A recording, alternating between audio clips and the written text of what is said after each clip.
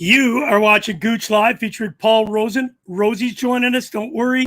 Obviously, we had a little bit of dental work done, but we're going to talk with Gilles Gratton beforehand. We're going to talk about his book. We want to do a one-on-one.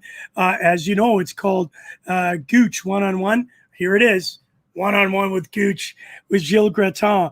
And you know what? Gilles Gratton, I found a picture that I think everybody's going to figure out. It's not the greatest. Look at that. Meet the craziest player ever. I think they're talking about me. I'm not sure if they're talking about Gilles Gratton. And you know what? Extra special. My very good friend, his very good friend, he's the guy that actually connected the two of us, is Bruce Jessup. He's going to come on. He's got a little bit of a sore throat, so he's just going to nod. And he's a Montreal Canadian fan, a little weird, but we'll let him on anyways. Listen, before we get into that, obviously today, as we know, September 28th, where were you in 72? Do you remember that? I remember watching it, rabbit ears, all that sort of stuff. Pretty special day. Listen, it's too heavy. I'm going to put it on. Paul's going to wear his later on. I'm going to actually put it on right now.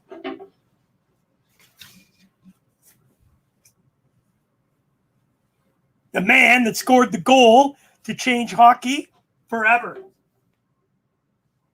How's that for a jersey? I know Bruce is thinking, Gooch, how'd you get that thing? I want it. This is actually the same material, and in 25 years anniversary, they had the same material used for their jersey set that they played and showed everybody 25 years later. And I got Paul Henderson's and Ronnie Ellis's jersey, both of them signed. Look at that, signed right here somewhere. Right there, Paul Henderson. All right, enough of that stuff. Let's talk to the man that owns this. That is one pretty looking mask. Ladies and gentlemen, boys and girls, Gilles Gratton and Bruce Jessup. Hi. Gilles, what's going on? Not much. Hey, there's your buddy Bruce. I know he's got a bad throat. He's wearing his Montreal Canadian garbo. You're wearing a Boston Red Sox, obviously, jersey or T-shirt. Are you a Habs fan, Gilles? Yeah. Yep. What's wrong with your luck? How did you meet Bruce? Tell us about Bruce. I met Bruce in 1978 in the meditation center in Quebec. No doubt. Was that in India? No, in Quebec. There was a transcendental meditation place there in Lac Beauport, and that's where I met him in 78. Did you say Tibet or Quebec? Quebec. I know. Bruce and I go back. Bruce is one of my all-time favorite people on this screen outside of yourself. He's Bruce, I love you. You know, you've done so much for me, all the great pictures and photos. And I just remember, well, I didn't remember. I was actually told by Gilles Gratton. He was there for my last game in Timmendorf. Yep. We're taking pictures. How good was I? Seriously. That game? No, in general. Oh, it was good. Nice. Come on, Bruce. Hey, listen, we want to talk about, obviously, your great career. You are one of the craziest people I've ever met. And I tell this story, and I bet you don't remember, but Bruce had 8,955 million German cards that were down in your basement, if you recall. Yeah. And I had to come with a big, huge truck. And I knock on the door, and you came to the door dressed in Hanes underwear. Or it could have been Fruit of the Loom.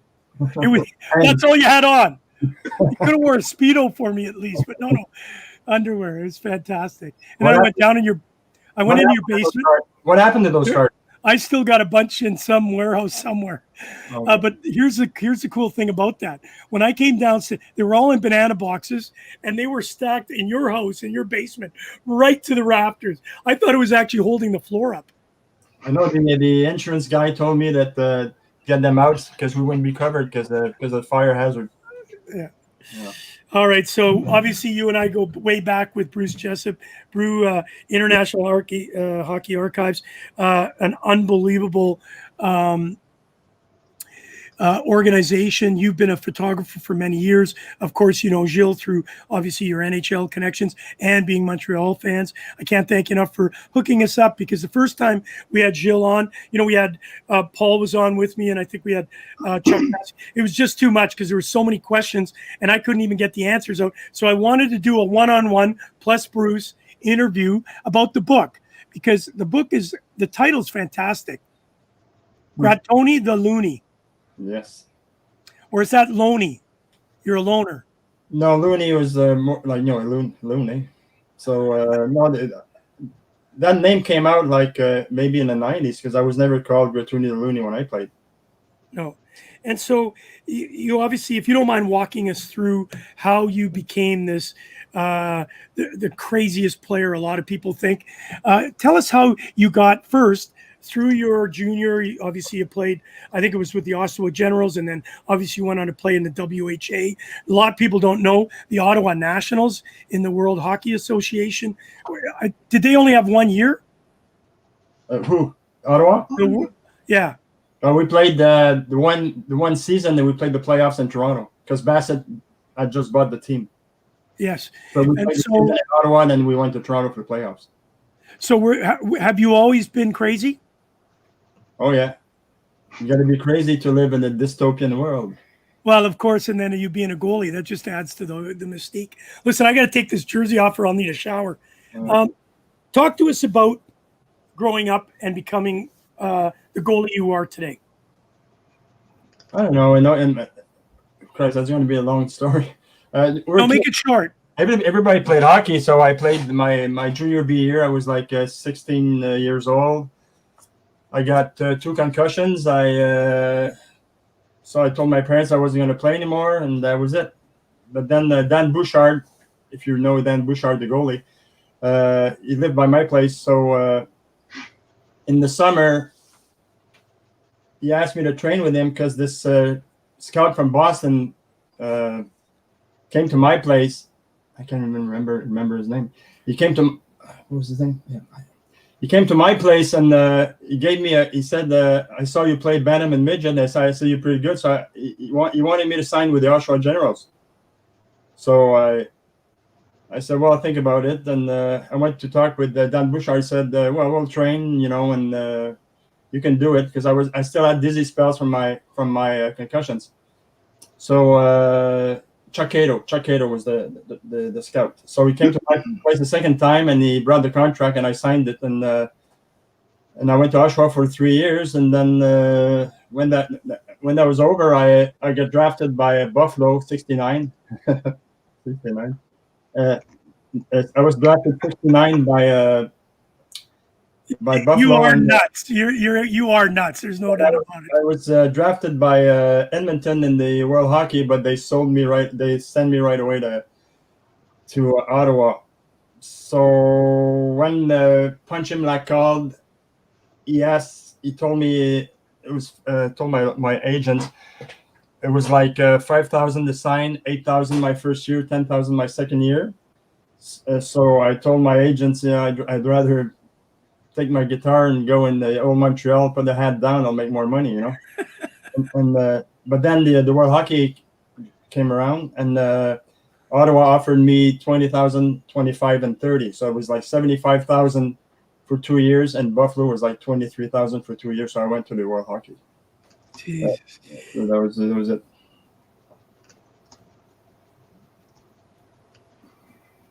I'm trying to get some pictures that Bruce is sending me right now. So now, obviously, you went through the Oshawa Generals. You got to Ottawa. You then came to Toronto Toros. How did you get to the NHL? Well, my third year in Toronto, Billy Harris got fired, and that really pissed me off. And I don't know, he was kind of a father figure for me, because I was always depressed a lot, and so he talked to me quite a bit, and but when he got fired, I kind of lost it, in the sense that I didn't give a shit anymore. So my last year in Toronto, they put Bob Leduc as a coach. He was one of the players. He got his leg broken, and they put him as a coach when Billy Harris got fired. So I got really pissed off, and I decided not to play. I decided to play when I wanted to. So when Leduc came to me and he said, "You want to play tonight?" I said no. I'd go in the stands, like in Cleveland, and read the Lord of the Rings while the game played, And so that was I didn't even show up in the playoffs. I didn't even, some games I just went to the bar. I didn't even show up. So in the summer, Bassett called me and he said, come to my cottage. We'll mend things up. Guys, I still have 4 years left on my contract with Toronto, but I said no.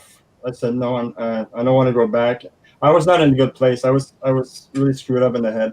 So I told him no, I'm not going back. So he sold me to St. Louis. That was the first time it ever happened between the two leagues. So he sold my contract to St. Louis.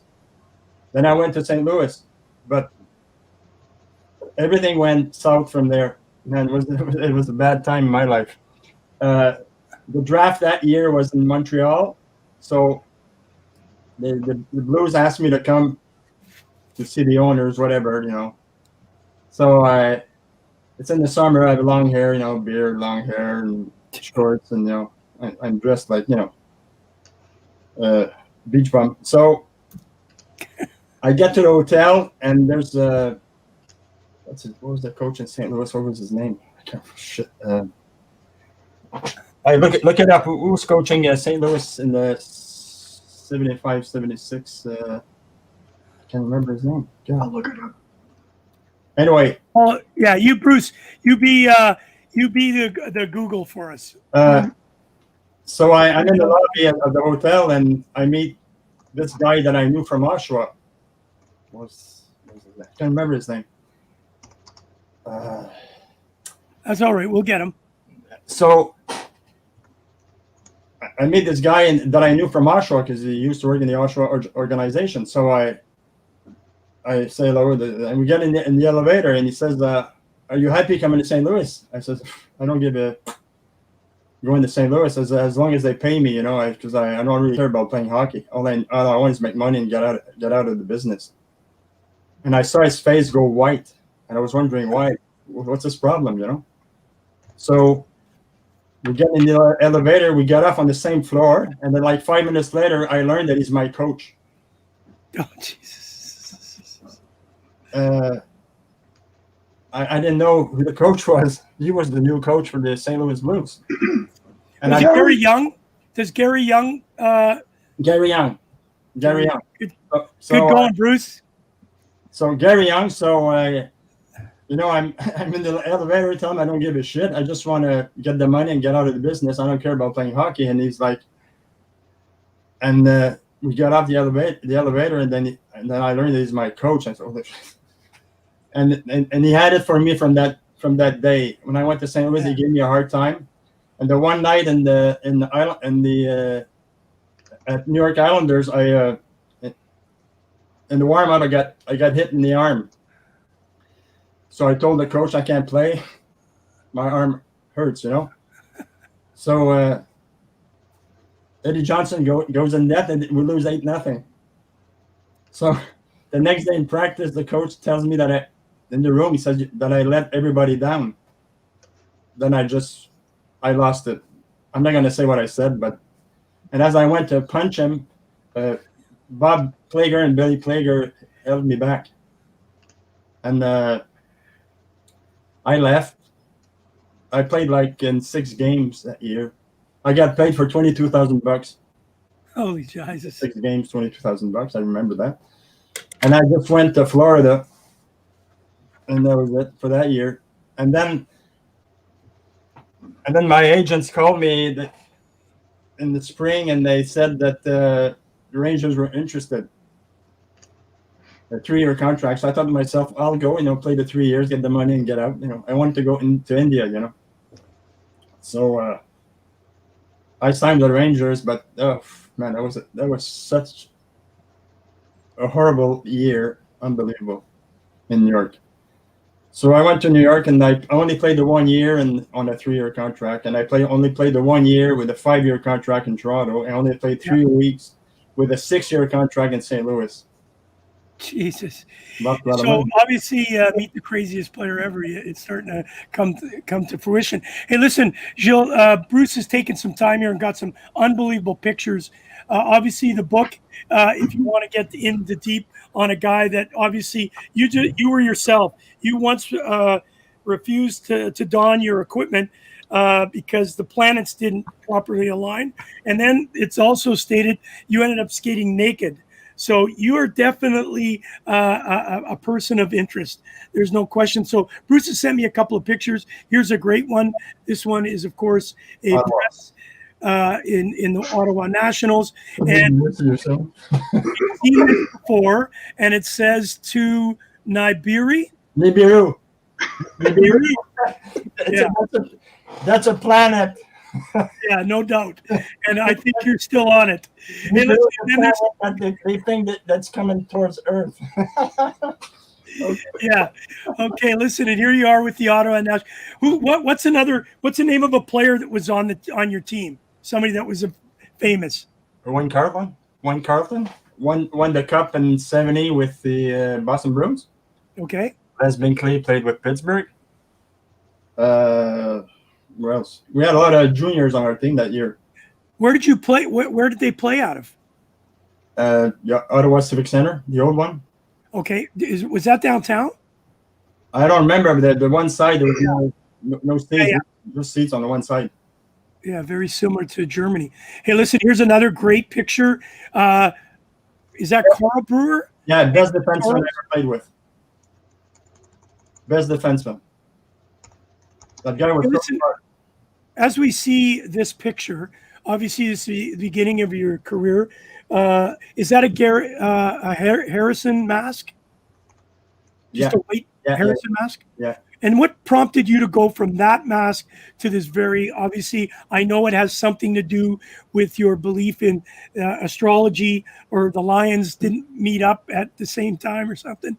Why did you go to that colorful mask? The reason why is because I needed some motivation. I was really bored in New York, really bored. Like I was smoking every day and drinking, smoking, and I just wanted the year to end. I was so bored. And I didn't like New York. I hated New York, really. I don't like big cities. So we're on the plane, and I have this National Geographic magazine, and there's a tiger. It's not a lion. It's not a lion. There's a tiger. Okay. I take the magazine with me. I go to the next week. We're in Toronto. I went to Greg Harrison's place, and I showed him the picture. I said, "Can you make a mask?" He said, "Yes." Okay. So a couple of weeks later, he sent the I paid $300 for the mask. Anyway, so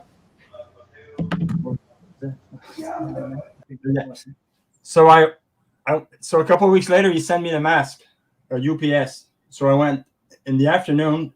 I went and picked up the mask, UPS somewhere. So I guess it was the next day we played St. Louis. It was Saturday night, I guess. Saturday night. Or Sunday night, I can't remember. And I brought the mask to the rink, but I didn't show it to anyone. I just put it under my desk, under my bench, under the bench. Yeah. It was still in the box. And I went to warm up with my cage mask. And when we got back in the room, I took when we went back on the ice for the game, I took the mask and I put it under my arm. So nobody saw it. Nobody. So we go on the ice, and then as the referee are about to drop the puck, I put the mask on, and everybody turns around. The crowd went, "Ooh." You could hear the crowd go, "Ooh." And the St. Louis players came down, the referees, everybody came down to see my mask. They said, "Wow, man, it's cool. It's a cool thing, And then they started the game, and we won 5-2. But I was bored. Yeah, here's a great picture too. Obviously, this is Oshawa Generals.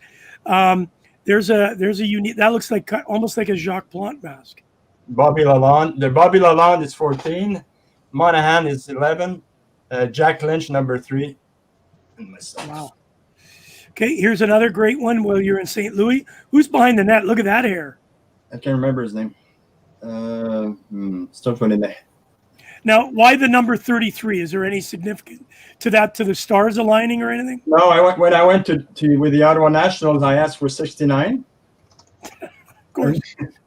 And then Buck Hull, who was the manager, he told me no, not 69. Oh my God! Hey, I got to get the disclaimer. Hang on.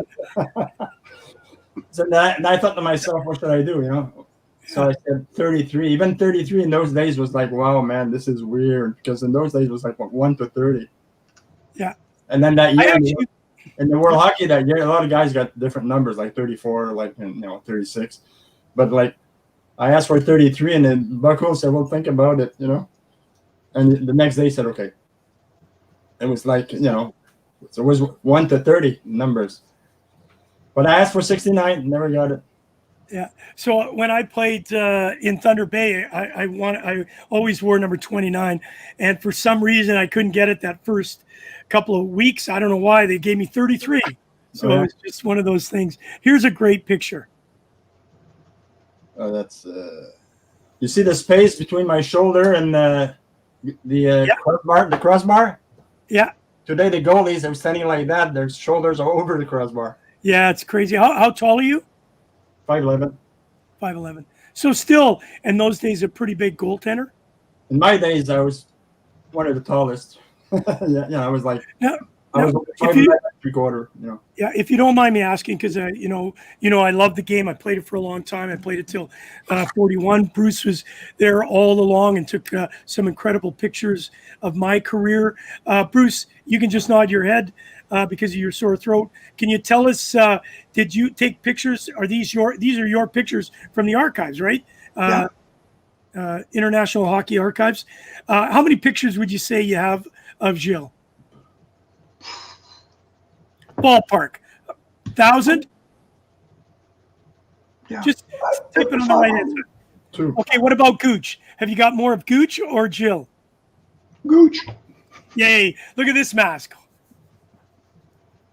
Unbelievable. So I've got a really important question for you, Gilles. I think a lot of people, obviously there's a book written about you. Greg Oliver has put it together. It's a compilation of all your stories, and people love hearing the stories, right? I know that as a hockey player, we always have great stories to tell. So one of the things I like to ask is, because you had the ability to play in the National Hockey League, and you're saying to me you're in New York, which New York has about 25 lives a day, right? It's nonstop. And you said you're bored. You're playing in the National Hockey League. You're in one of the greatest cities because they had to name it twice.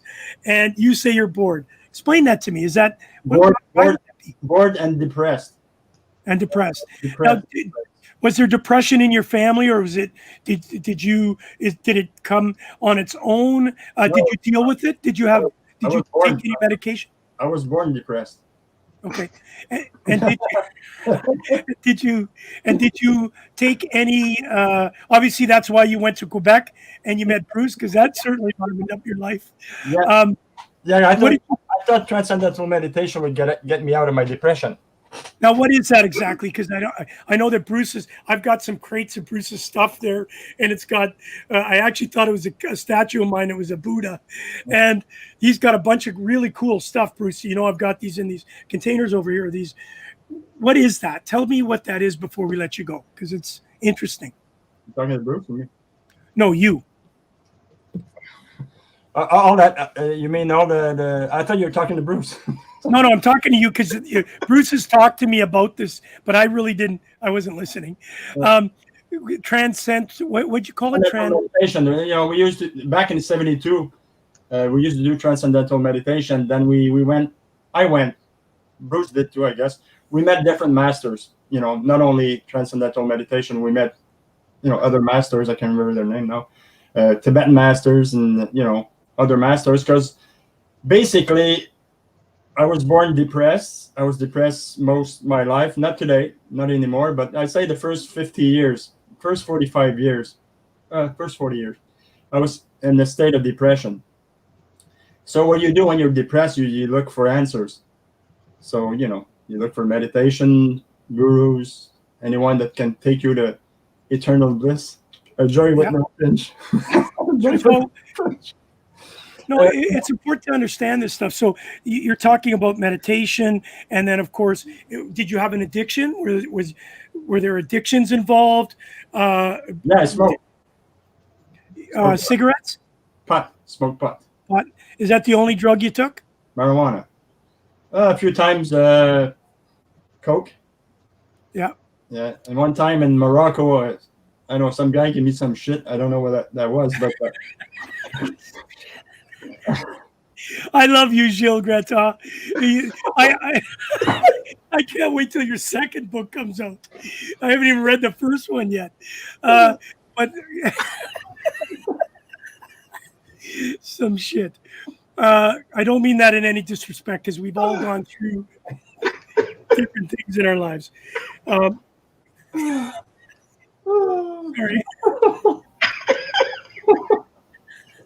But what I want to ask you now is that in the book it says sex, drugs, and rock and roll ruled your life, and not stopping pucks. I remember that night in Morocco. Me and that guy, we started laughing like at 10 o'clock at night, and we laughed till 8 in the morning. Oh my God. I don't know what that was. Hey, listen, I got to tell you, I've done a lot of interviews, and this one by far, I don't think I've laughed, and I could laugh for another half hour. I've got Riley Cote coming up. We're talking, it's Mental Health Mondays, very appropriate to have you on. What I'd like to do is, I know Bruce, you're such a great guy, and I love you dearly, and Gilles, your stories are just absolutely incredible. And I've not finished the book. I actually got a book given to me by Greg Oliver, signed. You signed it. You don't maybe remember this, to Bruce, because I was supposed to take it over. It's still at my house, and you gave me a second one, and I have not read I will be honest, not a very good reader. So I've not read it, but just because of this interview, I'm going to swear here, I'm actually going to read the book, and we're going to have another interview where I actually can pull some stuff out that I can actually ask you bona fide questions, because what I find absolutely amazing in this day and age, that you went through so many trials and tribulations, and now you're here today, and you're able to say that you don't feel you're depressed, and you can talk about your career the way you have, is absolutely amazing. I have to admit to that the way you have described it is absolutely phenomenal, and I look forward to actually doing that again. We only got to New York in my career there. You know what? We are going to New York. I promise you. Got Riley Cote. It's Mental Health Monday. I need to bring you back, and it needs to be, I think we should do just a one. Bruce, you can be on it, and let me read the book. It'll take me a couple of weeks. Obviously in COVID, I don't have much to do. I'm going to read the book, and I'm going to pull some stuff out of there that you can give us some more definition of your life, because it's very interesting. I'll tell you that right now. In closing, what do you do now? Like, you're a happy-go-lucky dude. So I'm a driver for a restaurant. I deliver pizza. It's true. I'm a driver. Oh my God. All right. Gilles Gratin. I don't even know how to end this. I'm not even going to put the Gratoony loony. I'm just going to say goodbye to the loony. Gilles, thank you. Thank you for, obviously under these circumstances with the pandemic and things that are going on, to make people laugh and feel the way you do is unbelievable. Bruce, thank you. Unbelievable. All right. Hey, bro. Gratoony the loony. Make sure you get it. Craig Oliver, I don't even know how you got through the book, for God's sakes. All right, guys. I want to say bye to my brother in eternity, my cosmic brother, Bruce. Okay. Take care, bro. All right. Good luck. Bruce, I'm going to call you tomorrow. All right. Bye, guys. Bye. Bye. Oh my God. This is, I can't, there's no words to describe this. I got to bring Paul. What's going on, buddy? Oh, not much, man. Just listening. Just listening. What? I forgot to mention Gilles is still in the green room, as is Bruce. He had a couple teeth. He had one tooth pulled out, and he's in pain. And look at you. You got what, like 16 of them out. Yeah, you don't have to show me. You look like my. Nothing left. Like Hopefully like next week I'll have new teeth, but right now I got nothing. I'm not sure what Bruce is doing in the green room, but he's also showing his teeth. Listen, that was I don't even want to comment right now. I'm going to read the book, because it's very interesting. The gentleman is really, really an interesting dude. And it's a true story. Bruce sent me over to his house, didn't know the guy from Boo, drove up in this big, huge truck to pick up all these cards. I don't know if you remember, I got a bunch of those German, and I knock on the door and there's this dude showing up. I didn't even know who Gilles Greton was. I don't even know if Bruce said he was a goaltender. And I show up and there he is in his Fruit of the Looms. Yeah, well, you know what? He was definitely an interesting goalie. No doubt about it. Got it. Hey, listen, we've got Riley Cote in the greenhouse. We got Chuck.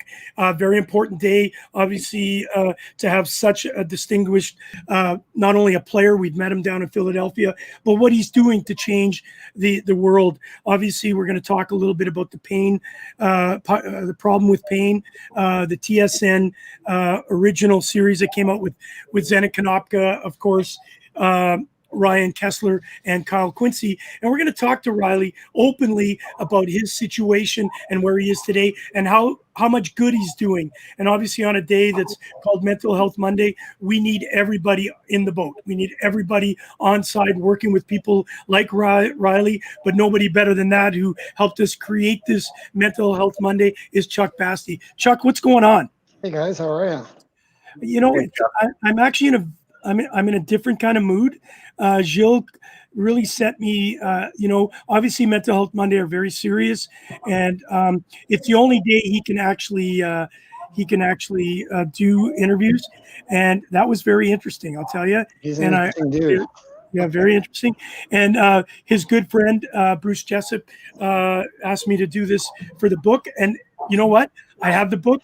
I've never actually read it. I'm going to just because of that interview, because I haven't laughed that hard in a long time. And it's Mental Health Mondays. It is. Talk to us about Riley Cote before we bring him up. I know a little bit about him. I've heard nothing but great things. Rob Fritt has brought his name up. Ashley Langdon has brought his name up several times. Paul, you have. I know that you have spoken to me about him, Chuck. I know him from a distance. I think I met him in Philadelphia, but I've never spent any time with him. And I'm really looking forward to this because I can really get to know the man and the crusade he's on to help people that are suffering today. Yeah, I met Riley Cote through Brian Prop with the Flyers, and through a good friend of mine, Justin Merigliani. Justin is had an ileostomy.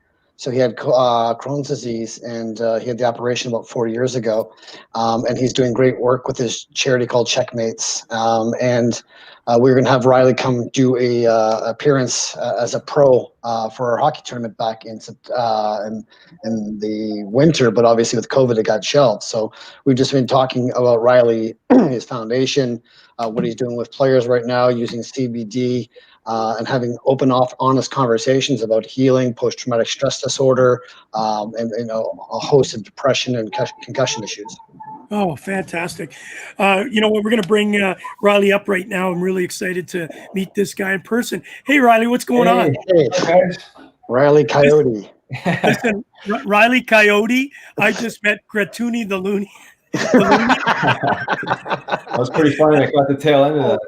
Hey, he's not on right now, but I'll tell you what, Paul and I tried, I think it was 3 Mondays ago, we tried to talk to him and we asked him a question, and honestly, he was on Mars. There's absolutely nothing wrong with that. But I met him at a luncheon, and Greg Oliver, the author of his book, gave me the book, and he said, listen, you got to take this over to Bruce. Bruce is living in Lübeck, Germany. You got to take this book over. So he signed it, and I always forgot it. It's in my house.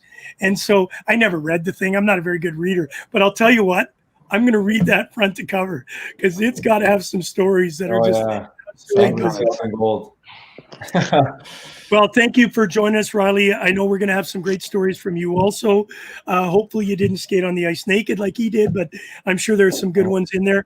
It is Mental Health Mondays. I know sometimes people tend to take it very serious, and this is not about being overly serious. It's about being honest.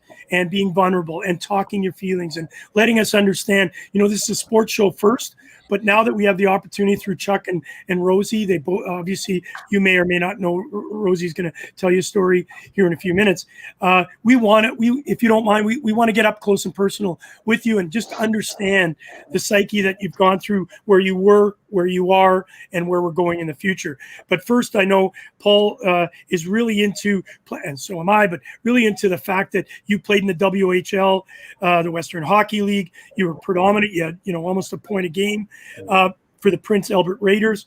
Paul, I know you always like to find out the psyche of a player, that what's going on with the Memorial Cup today. Yeah. Well, first of all, Riley, great to finally see you. We've talked a couple of times and finally see you.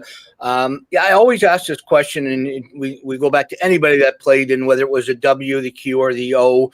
With this year, the first year ever, 102 years, no Memorial Cup, having the opportunity to maybe talk to somebody, let's just say on the Kelowna Rockets, because they were supposed to host the Memorial Cup this year. It's wiped out. Any of those overage players, their careers potentially could be over. What would you say to somebody if you had a chance to talk to them? Well, geez, yeah, I know. I'm digging some wise, wisdom here, but there's not much you can do, right? It's out of your control. So, I mean, obviously, it's disappointing for all these guys, whether you're a 16-year-old or a 20-year-old. A lot of these 20-year-olds, will probably be forced to say retire or maybe start shopping around an East Coast deal. Who knows if that's even going to go on this year? So you have to be realistic with the state of affairs and just be honest with the situation at hand. I mean, it's not favorable for anybody at this point. It is what it is, and there's probably a lot of life lessons to be learned in this, right? I mean, I think inside the hockey bubble or the sports bubble, we're so fortunate to have this opportunity to play a sport we love. But in reality, it's not overly realistic for everyone to flourish in that world and make a living. So maybe there's just the silver lining is that, guess what? Maybe you just have to get back to the real world a little bit earlier, and take it for what it is. I mean, there's not much we can do. We have to be patient with it, and an opportunity to work on yourself, grow, physically, mentally, spiritually, the whole bit, and maybe get ahead of the game instead of getting swallowed up in potential dark side of it too. So there's always a positive in any negative. So absolutely, Chuck. Yeah, Riley, I just want to segue on that because you mentioned something on that clip there that you just shared with us about the silver lining. So I wanted to start with your career, and obviously, as a Canadian kid, you kind of grow up and you're a good Winnipeg, Manitoba boy, which Gouche is pretty happy about. I'm from a little town called Beausejour, which is about 50 miles northeast of Winnipeg. So I speak prairies. But I want to kind of segue from like you growing up in Canada, going to the Dub, going to the NHL, finally getting to be that spend some time in the EHL, the AHL, you finally get into the show, and it's like you hit a wall of new talent, and then you're asked to do a role of what you have to do to stay in this game and dance the way ownership or management or coaching wants you to dance as well. Looking back at it right now that your career is over in the NHL, if you look back at it now, where do you see the differentiation between where you were growing up, having hockey being your childhood dream, and then when you're done with it after the end, and realizing that you've run the show, you've run the gauntlet, and now you're dealing with PTSD, post-concussion syndrome, and you have this healing thing. Where's the silver lining there for you instead of the dream of becoming a hockey player versus what hockey's opened up for you? And so now your healing process starts and life begins anew after hockey. Yeah, well, there's a lot there to unpackage, but I am extremely grateful for the game of hockey and everything it's taught me. How it's pushed me around and pushed me into a corner. The fact that I retired on my own time, at the age of 28 in 2010, to acknowledge that I had, to take care of some issues in my own life, but being honest with it all. I bowed out of the game with honor.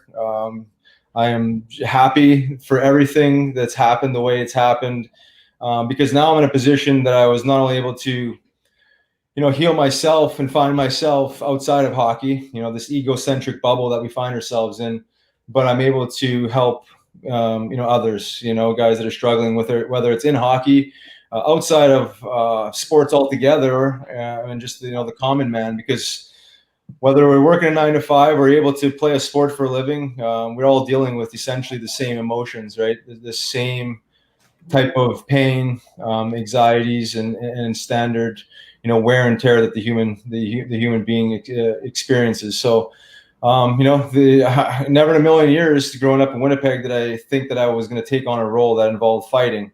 That was something that no one ever asked me to do. It was something that I just recognized I had to do if I wanted to give myself a standing chance. So if you look at my numbers in, the Western Hockey League in 4 years, it might have been 20, 25 fights, in 4 years.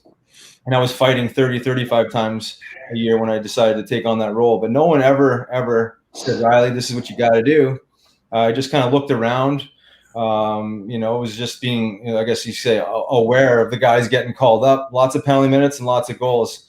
Being undrafted, I recognized I had to do it the hard way. And I was a competitive guy, and I was willing to do whatever it took to live my childhood dream. So never in a million years did I think I'd be fighting guys that I grew up watching, like George Laraque and Donald Brashear and some of these, legitimate extreme heavyweights. And but it served its purpose. I was able to dig my way out of the Central Hockey League, East Coast Hockey League, American Hockey League, and find my way to the NHL. But not without struggle and the dark side, if you will, of not just the sport, it's society, and then I think the role itself certainly puts on another adds another dimension of anxiety, if you will. As you can imagine, fighting for a living isn't exactly a natural state of mind. So all things said, it pushed me into a corner in 2010 where I had another year on my contract with the Flyers. And, it's funny how when you kind of put things out there to the universe, how the universe kind of responds. And, that last year, Peter Laviolette replaced John Stevens. I had a very limited role in the Flyers. I think I only dressed 17 games that year. Was the ultimate team guy. I think I led the league in warmups, including that year. But obviously, even if you're getting paid, I was going to be $600,000 a year, which is the most I ever made in my life.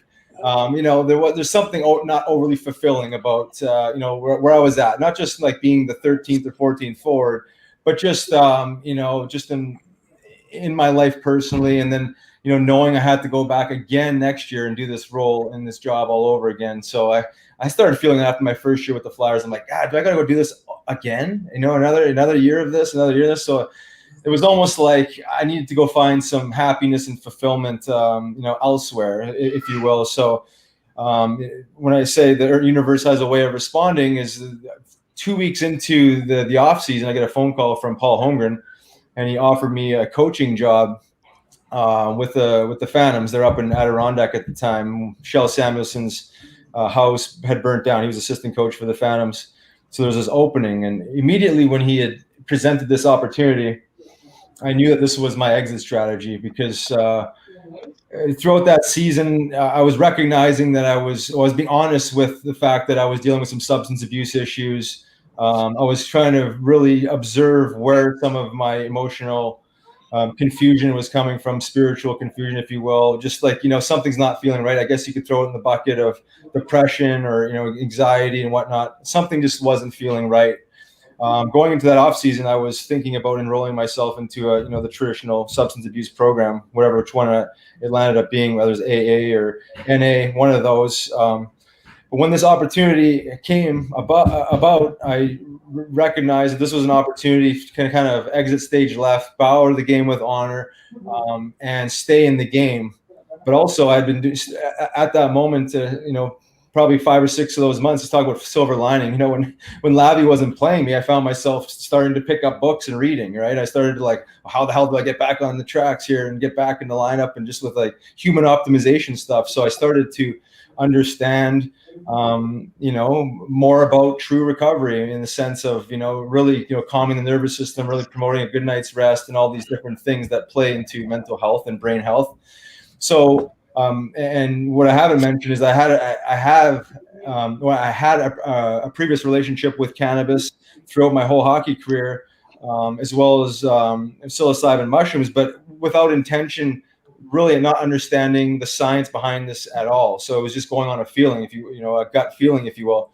So in that moment, I recognized, well, I had this relationship with these plant medicines before without understanding them, and it gave me the confidence to use them as a tool to mitigate some of the substance abuse problems that I was dealing with. But now I was using these tools with intention, understanding the science behind them and using them the proper way. The spirituality side. Yeah, exactly. So all these things being said, integrating the plant medicine with just my own inner work, I was a guy that was extremely, competitive and, if you will, fit. And I look back on some of the pictures, I was fat as hell. I was like, how can I be considered myself fit? And, and think that I was a high-end elite athlete, which I recognized and was honest with myself. And I wasn't, I was working hard in the gym. I was lifting a lot of weights. I wasn't a functional athlete. But that being said, I just recognized all these, say, flaws or all these things I was doing that were counterintuitive, not just as a physical athlete, but the mind of the athlete and just the spirit of the human. So nutritional healing was one of the first things I really paired with the plant medicine. Nutritional healing, I was a guy just eating way more calories than I should have been, and they weren't. I wasn't overdosing on carrot sticks and celery. I was, heavy carb loading and a lot of refined sugars, a lot of things that again aren't good for mental health, nor are they good for the physical body. Started, tailoring my exercise. I mentioned I wasn't a very functional athlete. I wasn't a functional hockey player. I wasn't a functional fighter either. I was lifting too much weights, worrying about, taking punches and not being efficient like you would see in, UFC. So I started, tailoring my exercise regimens to yoga and functional mindful movement practices, and not just the physical component of yoga, but, the whole spiritual element of yoga, which I was really attracted to because it really focuses on focus and concentration and meditation. Another big piece of recovery is meditation, spending time with myself, breathing and just dialing into, your inner self, right? I mean, all things that aren't taught in the hockey world. And I grew up in a religious family. I mean, we weren't talking about, spiritual practices like this at home. So it's something I had to figure out on my own, but nonetheless, all these pieces together, it is a holistic package. We want to make sure that we're not just pumping one and not the whole package, because I think that's important. Is that I was able to recover, from the issues I was dealing with. I've been in over 200 fights, probably punched in the face 1,000 times at least. So I know there's some collateral damage from the fighting that I had to deal with. Obviously, some substance abuse issues, PTSD. I mean, it's interesting. I always associated PTSD with veterans, but I certainly have experienced PTSD in the sense that the first couple of years when I was hearing the national anthem as a coach, it was triggering. It was like making me feel uncomfortable and almost like I wanted to kind of crawl into a hole. But very real things, and I was been fortunate enough to be able to overcome, say, all these things, and now I'm almost able to, jack it up into the next gear of human optimization, if you will, and use these tools again, all these tools together as just optimizing brain function, focus, clarity, endurance, and the whole bit in a sustainable fashion. I think that's the key. Is what I was doing while I was playing was not sustainable. You can't do it forever, and something's got to give. The physical body, the mind, the spirit, and I felt like it all kind of crumbled all together at once. So I know it's long-winded, but that's kind of in a nutshell. Not at all. Listen, very well articulated, very, very important. On the right-hand side, you'll see a bunch of comments coming in. I'm going to comment on those in a few minutes. I know Paul has a question here, but I did want to say I really applaud you, Riley.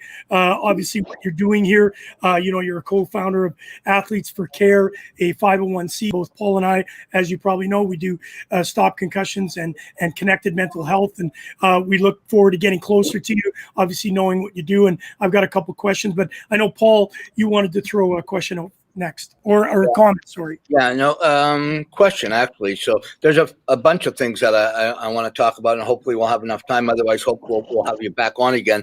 But so you talk about it. It's funny because when we were just getting ready to go on the air, I was going back and forth with Ashley Langdon, who's now in the car driving from Edmonton to the Toronto area.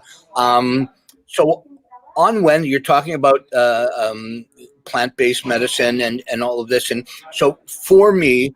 On Wednesday, in 2 days, I'll be 20 months clean and sober for the first time in 35 years. I am dealing with the last couple of weeks I just had all my teeth taken out, so I have absolutely no teeth up top.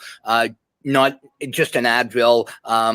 I have had some issues in the last week or so with the daughter, our day of the daughter, with one of my daughters hating my guts and not wanting to talk to me in over a year. Just a lot of deep inner demons coming out in the last week. And I've thought about this a lot. I talked to Rob, to Fritter and all the guys, but my fear, Riley, is, okay, so I'm going to be 20 months clean and sober. I haven't had anything in me whatsoever. I'm terrified of doing something, on your end with plant-based and getting my mind back to where I was. Like, how do I do that? Or how does somebody in my shoes do that? That's a great what? It's funny you bring this up because I'm having conversations with like this, exactly like this, with guys that are in the AA program, AA program, that have 10, 11, 12 years sober. And sober is, I guess, it's subjective on the individual, right? I mean, I think where I was at the point, I was recognizing the difference between substances, and I was being honest with them, right? I mean, alcohol is legal. But it's extremely, toxic and detrimental to brain health and mental health and the whole bit, right? Where you look at cannabis, is in the U.S. it's still a Schedule I drug, but you're also in the CBD plan of the 2018 Farm Bill. But the U.S. government holds a patent on cannabinoids as neuroprotectants and antioxidants. So when you start able to peel back the layers of separating substance, we just have to be honest with the conversation. Anything can be addictive. I mean, look at food. I mean, the number one abused drug on the planet is food, refined sugar. It's a definition of a Schedule I drug. And most people that I've seen, gone through some of these programs, yes, they clean up the alcohol and the street drugs and whatever they're dealing with. But a lot of times they'll go back and they're addictive. The addictive nature hasn't fully left them. Where now it's like, well, it's fair game for food, right? Because food is food. But I mean, anything can be addictive. So you just have to be honest with the substance, and then understand the addictive nature of each of these substances. For example, I mean, you can die from withdrawal of alcohol. Cannabis has been used historically to get people off alcohol and opioids. So it's managing the withdrawal symptoms of that, using it as an exit drug. Darren McCarty's got an amazing story about cannabis as it saved his life twice. I understand exactly where you're coming from, because I think that model of AA, for example, is sobriety from all things, but not allowing the human condition to tap into other tools if need be. I say tools, I mean, some of these things are crutches, right? I mean, crutches help people walk. But if you're in pain, physical pain, emotional pain, what do you use? I mean, what is allowed to be used? Tylenol, Tylenol 3. I mean, and then, so it's like, as at what point is say the ego getting involved in that model, and therefore you're suffering a lot more than you ever need to, right? I mean, I think that's the thing, is like you're physically suffering, mentally suffering, and then you're not being able to live. Right. Riley, can I just segue in there for a second? I mean, I know where you're going with that as well, and I think I know where Paul's going. Can you just speak to Paul's question? Can you just speak to the spirituality of the plant-based versus, like as you mentioned, the ego-based with drugs? This isn't a thrill kicker. This isn't about getting high. And maybe you can speak a little bit to the viewers about the difference between CBD and THC. And the difference between, when you're talking about cannabis, people hear THC as the high versus the CBD, which is the medicinal property of the drug, which is the healing proportion, which is the plant speaking to your cells and having that communication. But it's not about being high, and it's not about going through AA or NA and violating those vows or those codes that you take as being sober, because it's not about getting high, more about the spirituality of that side, if you could speak to that. Yeah, absolutely. Yeah. So we're talking about cannabis. I mean, the Farm Bill in the U.S. 2018 opened up this, say this other can of worms, if you will. It now opens up cannabis-based products with below 0.3% THC. Therefore, there's no psychotropic effect. So I actually have a hemp-derived CBD and functional mushroom company called Body Check Wellness. So everything we sell is legal under the federal Farm Bill, grown below 0.3% THC. So CBD is a high anti-inflammatory. It's great for anxiety and sleep, and it's a neuroprotectant. Again, going back to that, actually promotes neurogenesis. So go figure, the old crack the egg and this is your brain on drugs. That U.S. government actually hold a patent on cannabinoids as neuroprotectants. So there's no psychotropic effect. So if you're a person that struggles with the THC because of sobriety, well, then you have this whole other world of cannabis-based products. They fall into the hemp category. But again, high anti-inflammatory, high anti-anxiety and sleep. So you can use these products without, feeling like you're going to get stoned or become impaired, but you're getting the relief. Again, everything is inflammation. Any type of condition we're dealing with is inflammation. So whether you're talking about nutritional healing and getting the anti-inflammatories from your diet, or supplementing with, God's gifts that are high anti-inflammatory, including turmeric and ginger and all these other beautiful herbs and roots that Mother Nature's provided us. So, and you see this hat here is microdose. And I think one of my philosophies is whether you're talking about, food, which we abuse, right? I mean, it's like, we need to like kind of reel that in and thinking of microdosing everything. So you talk about, if you're a cannabis user, there's a ton of people that abuse cannabis. Yes, absolutely. There's a ton of people. I see it in the recreational and the adult use market abusing THC. So the idea is to understand how to use these tools mindfully. And it's like less is more, less is more. When you talk about cannabis, we're talking about caffeine even. A lot of people abuse caffeine. Too much coffee induces anxiety. If the human nature is trying to, calm the nervous system and be relaxed, promote relaxation, then why are we inducing unneeded anxiety? So maybe less caffeine or no caffeine. You know what I mean? It's just be more mindful. And the same thing goes with alcohol. I think alcohol has got to be very, very well respected. I know you're sober, but just for people listening, and then the acceptance of booze, but then not being honest with what alcohol does to the brain and the spirit. We have to kind of acknowledge that. So again, the microdose, it's just like, okay, maybe just one glass of wine instead of getting pulverized on the weekend. You know what I mean? So then you're dealing with a hangover, and then you're depressed the next morning. You feel like garbage. So it's just putting more of a mindful spin on all substances, because again, you can abuse anything. And I think anything in life can be addictive, including sex, gambling, and everything else. So recognizing that and recognizing where that's stemming from is important. But also, like to your point there, Paul, I understand the program and how strict of guidelines they have. And I think it comes down to, if the human condition is suffering, at what point do you put your ego aside and be like, I got to do something about this? And maybe now is the time to explore something that is the science. I mean, say the political science has caught up to the plant itself. That now we're talking about non-psychoactive cannabinoids that have all these amazing properties that people are still worried about. Turning in their sobriety. But I have these conversations with ex-NHL players. Todd Fedor being one. I'll throw his name out there because he's an awesome example of this. He's 11 years sober, and he's been using CBD. At first he struggled with it because he was like, this is against this, but he needed something. What else are you going to use? You know what I mean? And then you'll drive yourself into the casket if you're too proud to use some of these resources available. But understanding that there's a difference between CBD and THC, and understanding what we're talking about here. And I'm not diminishing the value of THC, because certain people in certain conditions could really be, it could be a really beneficial component. But if you're worried about that whole, going down that rabbit hole and sacrificing your sobriety or thinking that you're going to go dark, then you have the ability to stay away from that molecule altogether with these these non-intoxicating cannabinoids. Wow. Yeah.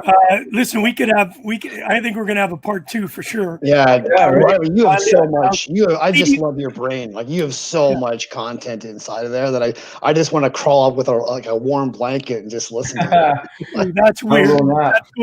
That's going weird. Hey, listen, don't get dark on me. Hey, Rouse, you notice the only person that doesn't have his nickname up there is Chuck. That scares me a little bit. Hey, listen, you are watching Gouche Live. It's Mental Health Monday. We're with Riley Cote. I'm almost ready to put doctor in front of that because listening to you speak, I have not followed it that much. Robert Fridd has been absolutely fantastic in bringing me to your attention to you and what you're doing. I know Paul and I have had these conversations. What I'd like to do right now is Bruce Jessup, who was on this show just earlier, is a tremendous photographer, and he actually pulled some pictures up of you playing in your days. I wouldn't mind showing you that. And then, guys, I'll let you two ask the questions because you guys have done an amazing job. And Riles, if you don't mind, I would like to make a part 2 because I think this could be a 2-hour conversation, and I'm really excited to learn and hear about it. So if you don't mind, let me just first pull up some of these pictures. I can't wait to see you. There's a picture of you. Love that flyer black, baby. Yeah. Get chills. I wasn't even I got really swollen. Who's in the orange jacket?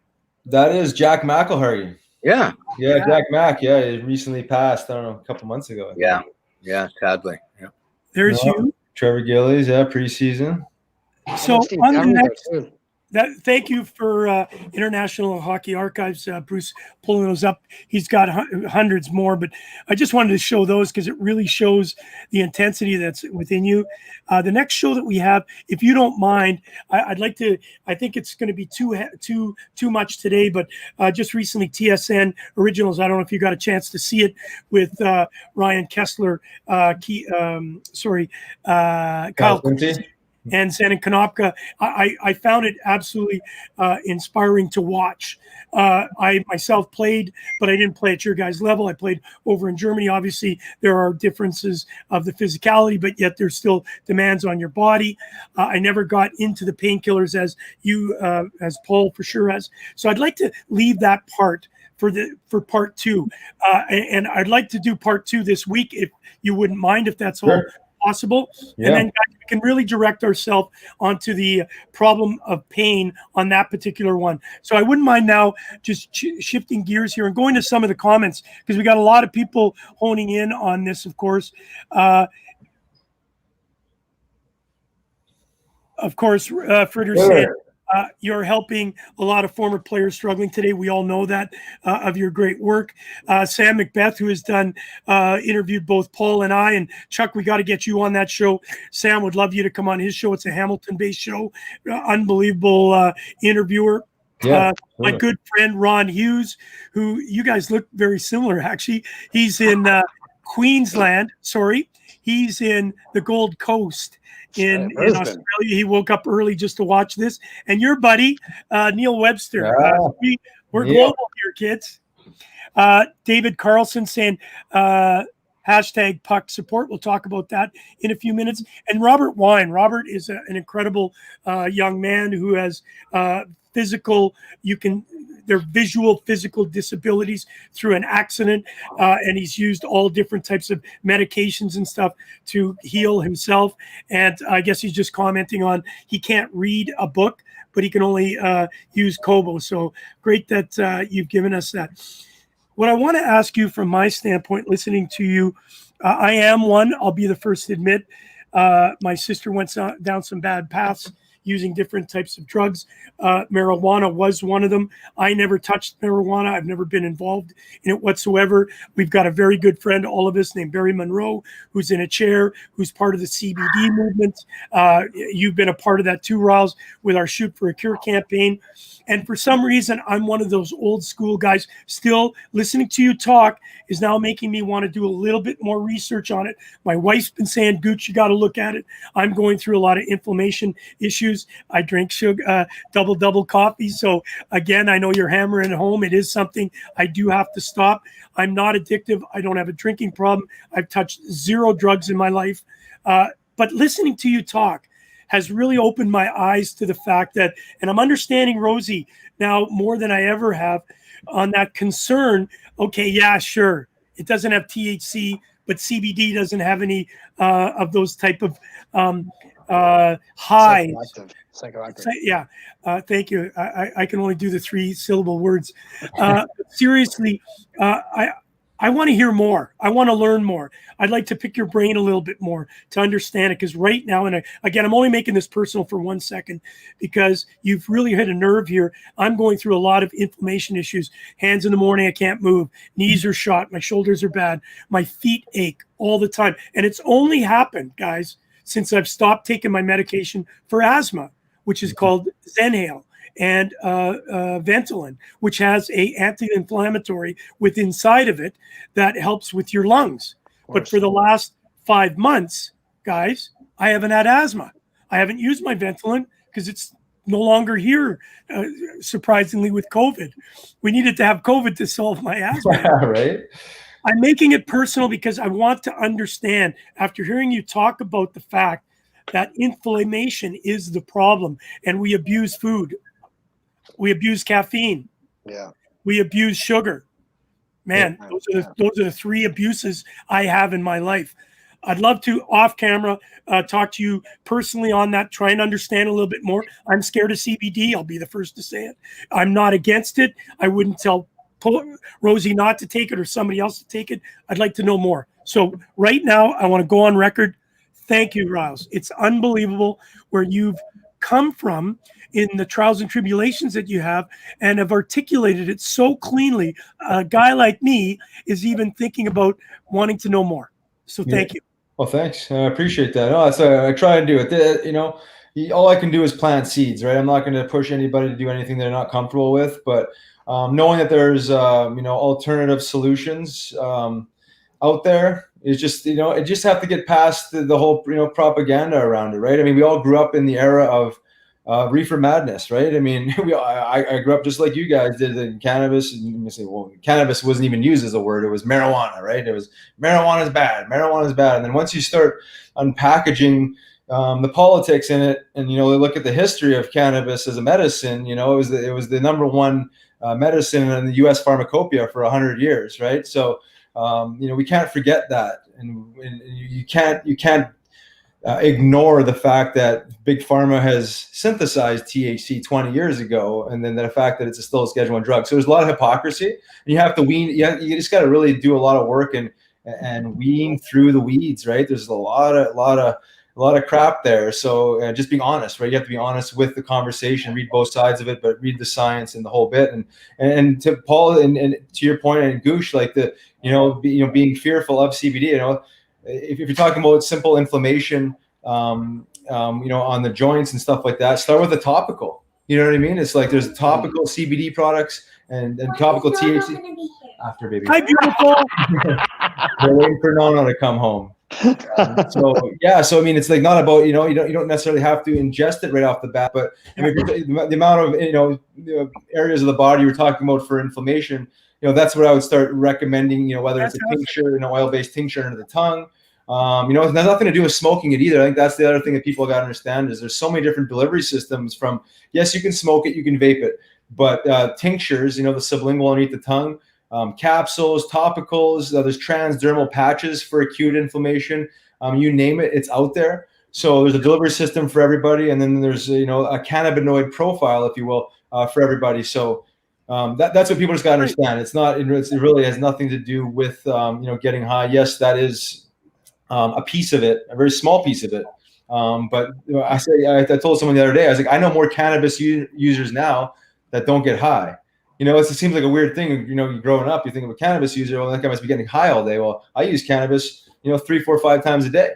I'm starting in the morning. You know what I mean? And I'll use a full spectrum CBD product that helps calm the nervous system. You know, a lot of anxiety is induced through, well, for the diet, but you know, caffeine and just like not understanding how to calm the nervous system. So we land up being stressed out beings, and you know, everything evolves from stress. You know, inflammation evolves from stress.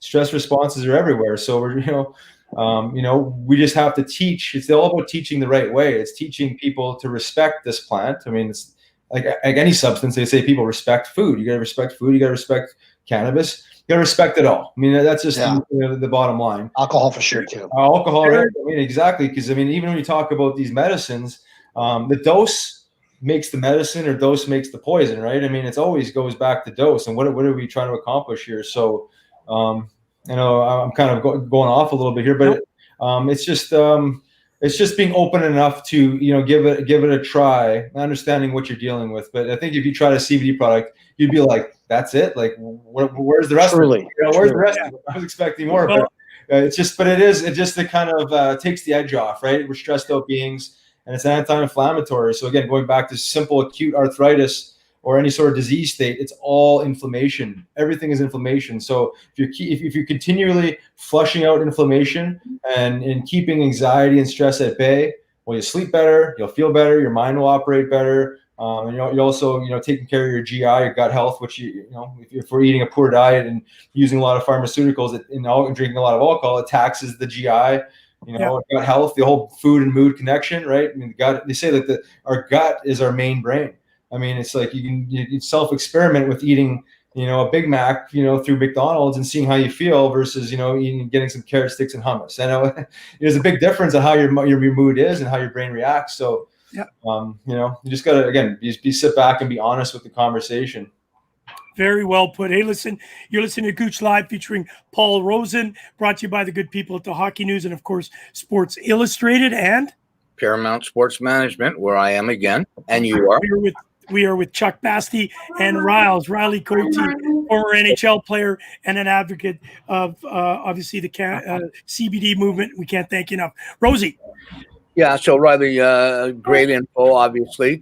Now I want to ask you, okay, so you talked now. I get it. I understand. I'm ready to give it a shot. Let's just say, what do I do? Where do I go? How do I get it?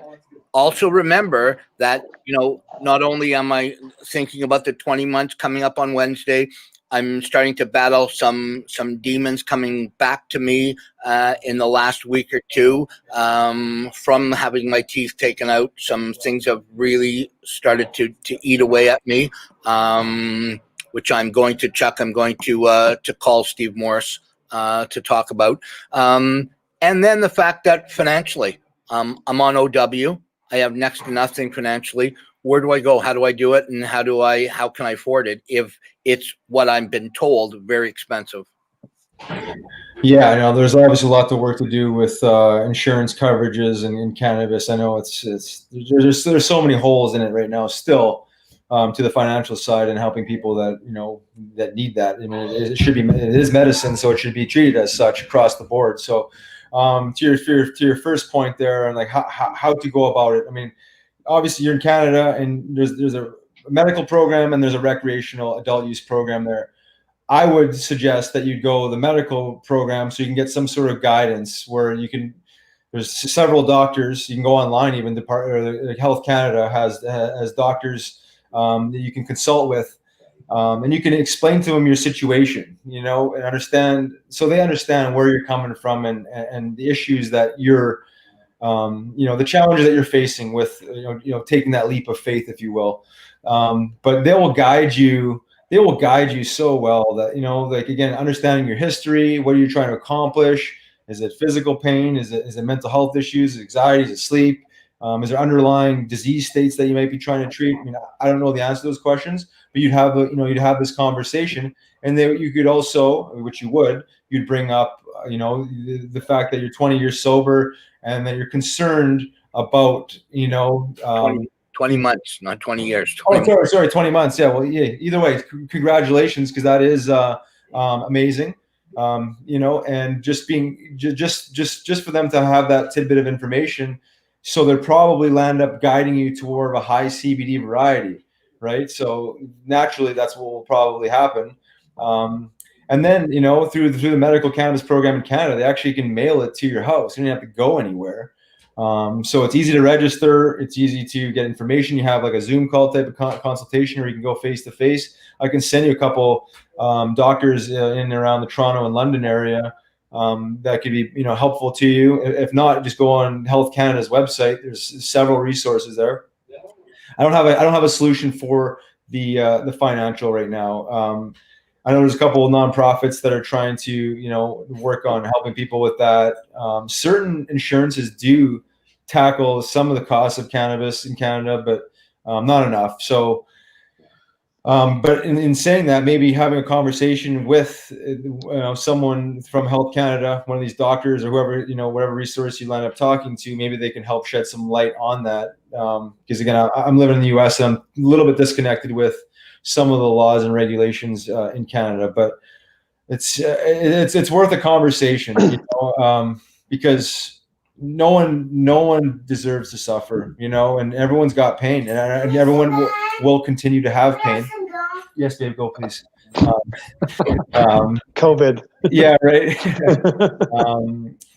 But at the end of the day, it's like, at what point are you going to draw a line in the sand and say, well, I have to do something about this? You mentioned the darkness, and these things come up for people with or without real true addiction issues. I mean, darkness is, we're all facing adversity and struggle, right? I mean, that's just part of life, and I think we can minimize the type of suffering and struggle we have if we're using the right tools. It's like building a house without a hammer. It's like, okay, well, we've got these other tools, but the most efficient tool might not be in the toolbox. It makes it difficult. So I always make that analogy, is because I think we've kind of been handed a toolbox with limited tools, or maybe the wrong tools for a certain job. So that's a great point, Riley. Like wrong tools. Like you don't use a screwdriver when you need a hammer just because it's a tool.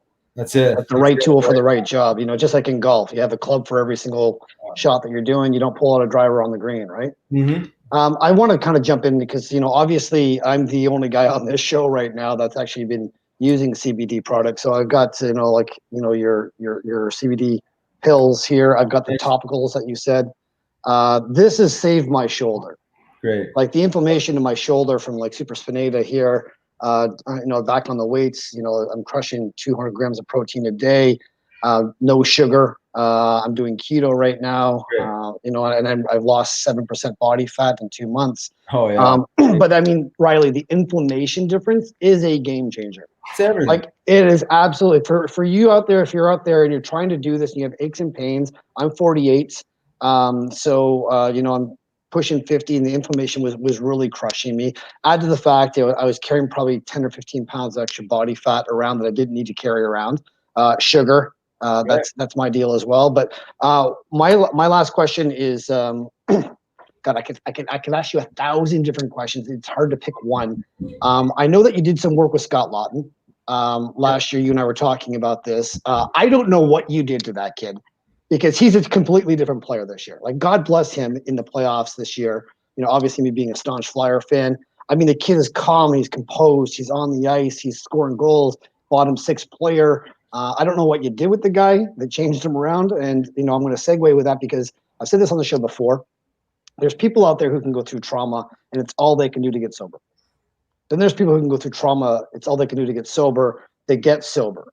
And then there's people like yourself that go through trauma, can get sober. And then you teach other people how they can have peace of mind and have sobriety, take away the anxiety.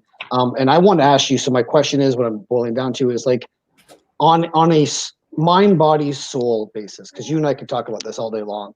Yeah. I think most people think mind, body, and they don't realize that the soul is the entity. It's the driver of the car or the vehicle. That this looks like Chuck Basti, but this isn't Chuck Basti. Yeah. My soul is the driver of my car. I don't relate to myself as a Honda or as an Accord or a Toyota or Ferrari or whatever I'm driving. Because my soul doesn't have a human form. It's just my spirit. Yes. When trauma comes through, it damages souls. How have you been able to take care of your soul so that way your body has now been healing because you've been taking care of the soul first versus the body part, which most people go to healing, trying to heal the body versus trying to heal the soul? I know you've done a ton of work on that, so I wanted to ask you that. Yeah.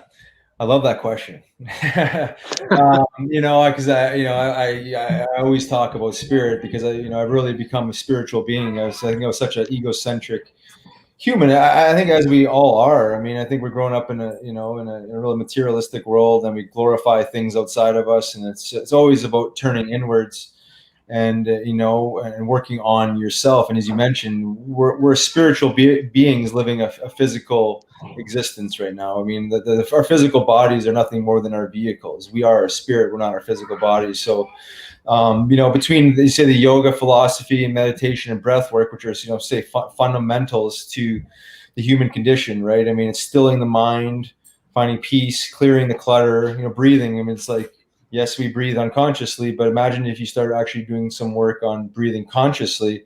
And, in the yoga world, we call it prana or life force. It's, it's re-energizing, the body and the human spirit, through breath work. But the other thing, it might be a little bit controversial for this, for this show, but I'm also in the in the psychedelic space as well, and using mainly psilocybin mushrooms as spirit enhancers, if you will. I'm working with I'm an advisor for a company in Jamaica where we do a legal clinical psilocybin immersions, where we sit in a circle and do psilocybin and sound clinical immersion, sound baths under the influence of psychedelic mushrooms, where if anybody has any experience with that, in that safe container with real true guidance from a shaman or some sort of guide, it's a pretty magical experience. I mean, you talk about drugs, and you talk about so the word drugs, specific alcohol. I mean, the more you drink, the more unconscious you become. Where you talk about psilocybin mushrooms or ayahuasca, which I've been down in Peru to experience with a shaman. But these substances are so extremely powerful that they actually make you revisit your trauma. You relive it, you make peace with it, and you move on. But what happens is that the human spirit is able to kind of heal. It's kind of able to patch itself up and move on, versus if you're trying to dumb down your pain with alcohol and some of these unconscious forming drugs, you never address your trauma, you just bury it. So the human spirit is trying to thrive, and is trying to live its most genuine life. Unfortunately, we bog it down with some of these superficial things in life, and the human connection gets severed, and we start using the wrong medicines. And we most of the time don't even talk about spirit. We're in this world, it seems like in America anyways, it's like we're the physical body, and then maybe the mind. We certainly don't talk about the spirit. You know what I mean? Identity politics, right there. Yeah. We just talk about sickness and illness, just about the physical body. So there's a whole other dimension, but you can see where a lot of depression stems from, is when we're lacking that connection. So lacking connection to yourself mainly, right? I mean, it's like I say, self-care or self-love. They're more the same. It's treating yourself with respect. And I think that was the biggest life lesson for me. It was like, wow, I was like, I really didn't spend a whole lot of time on myself besides like working out in the gym and playing hockey, I mean, like, but as far as like myself, it's like meditation, sitting down and reflecting and just being calm, right? I mean, that's self-care, it's self-love. It's instead of drinking 20 beers, maybe just a glass of wine. I mean, it's like your body will thank you.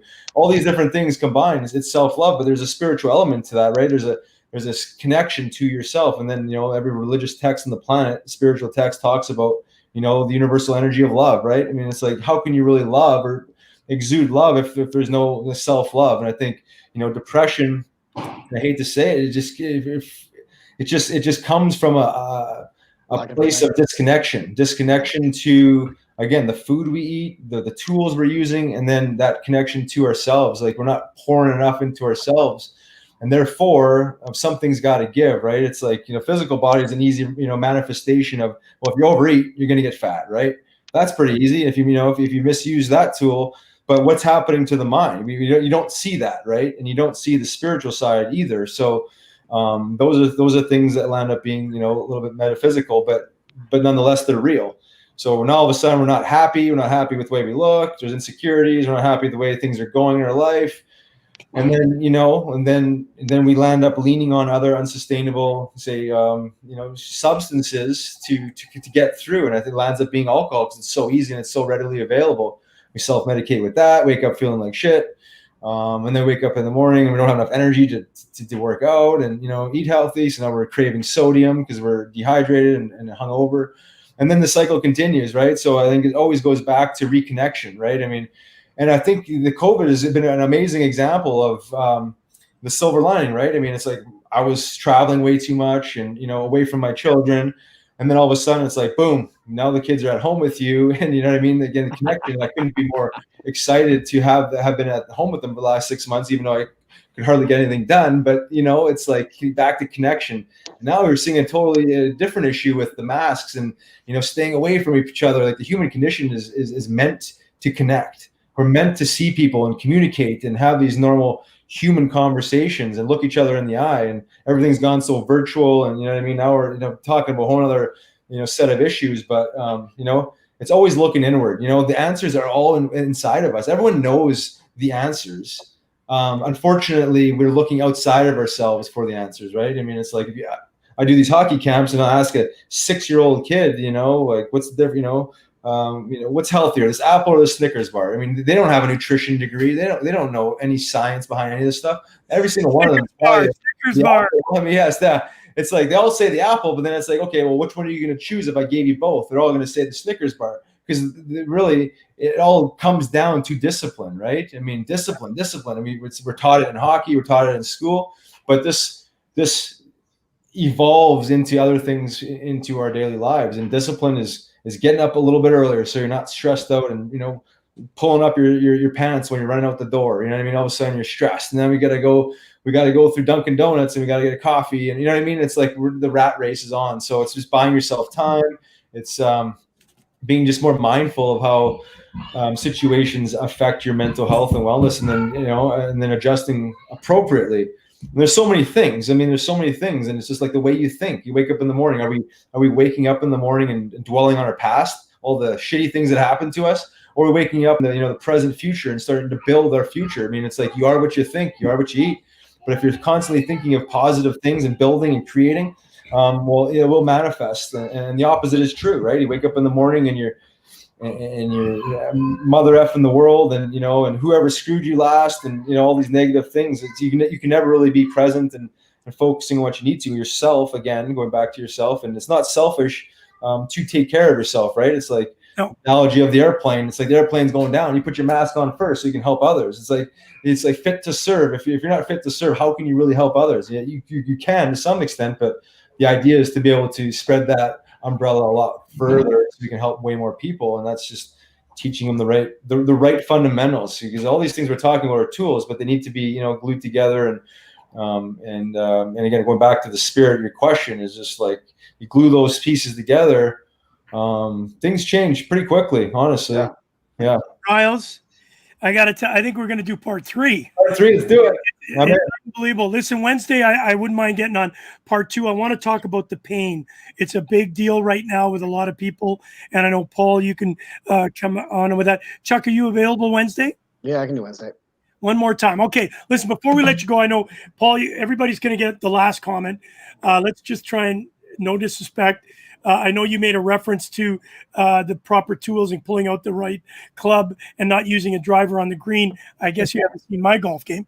But here's some great comments. I want to go through this, and then everybody gets a chance to there was here's one that says, David Carlson, doctors traditionally prescribe pharmaceutical products for pain management. What is Riley's opinion on antidepressant, Prozac, Zoloft? Oh boy. Before you answer that question, I know it's going to be deep, so let's leave that for the pain management. But we did learn, and Paul, you were one of the big ones that said that there are necessities for certain painkillers at the time. It's just that we abuse a lot of them. So we don't want to completely throw away that and move into an area where, it could end up costing. Here's another great one. Robert Wine's asking, and you've been on that side, Riley, do any of the owners do anything to support their athletes who make gazillions of dollars after they retire? Is there something set up from the owner's perspective, or is it, for example, in the NHL, is it only the NHLPA and the NHL alum that are trying to help out under these circumstances? Yeah, I haven't seen any owners step up. And that being said, that doesn't mean it's not existing somewhere, but it's mainly an NHL Alumni Association that I've seen try to, help players out. But there's only so many things they can really do under, the protocols that are in place, right? I mean, they got to follow suit to who's sponsoring them and whatnot, right? You got to keep the house of cards somewhat stable, right? So unfortunately, their help is, some things are great, but other things, when we talk about true emotional pain and depression and the whole mental health component, to me, they say hit the bullseye on the wrong target. I think, and they just, and I'm not saying anything negative about the hockey world of sports. Well, they just follow suit to what quote unquote the most modern science is, which is basically more the pharmaceutical model. So we need to keep pushing these conversations forward, because obviously, as we know, there's more to it than what we've been presented with. But I have had conversations several times with Glenn Healy, for the last 4 or 5 years, even pre them signing the deal with Canopy Growth. I don't know if you guys are familiar with that deal. Yeah, of course. Where they're basically the largest cannabis company on the planet. I want to say it was $20 million deal or something, where they studying CBD in the brain. So there's some positive movement, but not enough to help enough guys like what's his name in Kenora there on the streets there, Murphy. Mike Richards.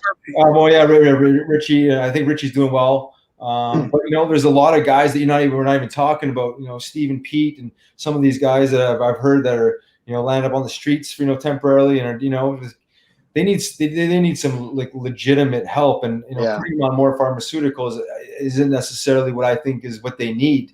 But again, saying all that is like, some people hit such a rock bottom. It's really hard for them to piece their life back together. So it's complicated. It requires a lot of work. I know they can do better, but I think part of it is there's probably some politics involved. But as long as people are speaking up and at least presenting them the most recent research and modern research in these alternative healing modalities, maybe they'll be more open to getting guys into some of these clinical immersions, or using these products that could be very beneficial. Hey, listen, I really want to thank all the people that have joined in. There's lots of questions, lots of points. I can't get to them all. We'd be here for another 2 weeks, but this is a nice one. Dan, I got to meet him. Paul, you met him. We've got our Steve Ludsick, number 29. I still am a little annoyed at Steve for stealing my number, but that's okay. Listen, Riles, we're not only going to ask you to come back on the show, but I do think that we're doing a thing called Connected Mental Health. We were supposed to launch it in Philadelphia at the Johnson & Johnson event. It fell apart because of this COVID thing. We'd love to get you a part of this platform and help us make sure we deliver. It's one thing to talk about it, and I know you're one that walks the walk and walks the talk. We are the same, so I'm really excited about that. Aaron Kuzak, all the way from Melbourne, he is actually in lockup right now. They only get 1 hour a day to go out and do anything, and they're 6 o'clock in the morning to 8 o'clock is their curfew. He says, what an educated guy who's done his research, internal healing, cleansing. Love to hear. And he's asked this question, Riley, where can we learn more about you? Is there a website? Obviously you have a foundation, but is there, the way you've spoke and the way you've articulated all of these processes, and here's one from Misty Tanner coming in, and obviously it's helped with her traumatized and depressed brain. Yeah. Where can somebody find more information? Is there a website they can go to? Well, if you're talking about psilocybin, Misty mentioned weightclinics.com would be one. Amazing, some amazing resources there. Johns Hopkins University has done 30 years of research on psilocybin, believe it or not, and Wow. It's kind of like dusted under the rug. So most people don't realize that. So you can be looking, go to Johns Hopkins University. They actually have a whole division dedicated to synthesize psilocybin. Nonetheless, it's progress as far as the science goes. My own personal website. I have a website called coteculture.com, and it's kind of in the beginning stages of what it needs to be. But it talks a little bit about me and the things I'm involved in. And it's going to be starting another podcast as well too that will be on there. But I love having these conversations. I mean, I think this is what it's all about, is just being honest, no judgment. I mean, some of the things I say might offend people because maybe it strikes a chord, but I'm not doing it to be insulting. I lived it. I mean, I'll be the first one to admit I did everything under the sun wrong, I destroyed my body, my brain. who knows what else I did along the way, liver, I'm sure too in there. So I'm constantly cleansing that, but it's that's part of the experience, right? I mean, it's human suffering is part of it, and then recognizing that and trying to minimize it. And so anything I can do to help, I'd love to get back on with you guys. Yes. 1-2 more times, whatever you need, man. I'm down. So Wednesday for sure. Rob Frid, Ashley Langdon, Brady Lovida. Leopold. Thank you. I was thinking I was ahead of my time. Your foundation is helping so many people. Is there a website for the? Is there a? Yeah, athletesforcare.org. Yeah, athletesforcare.org. Yep. And next time I will have that up for Wednesday.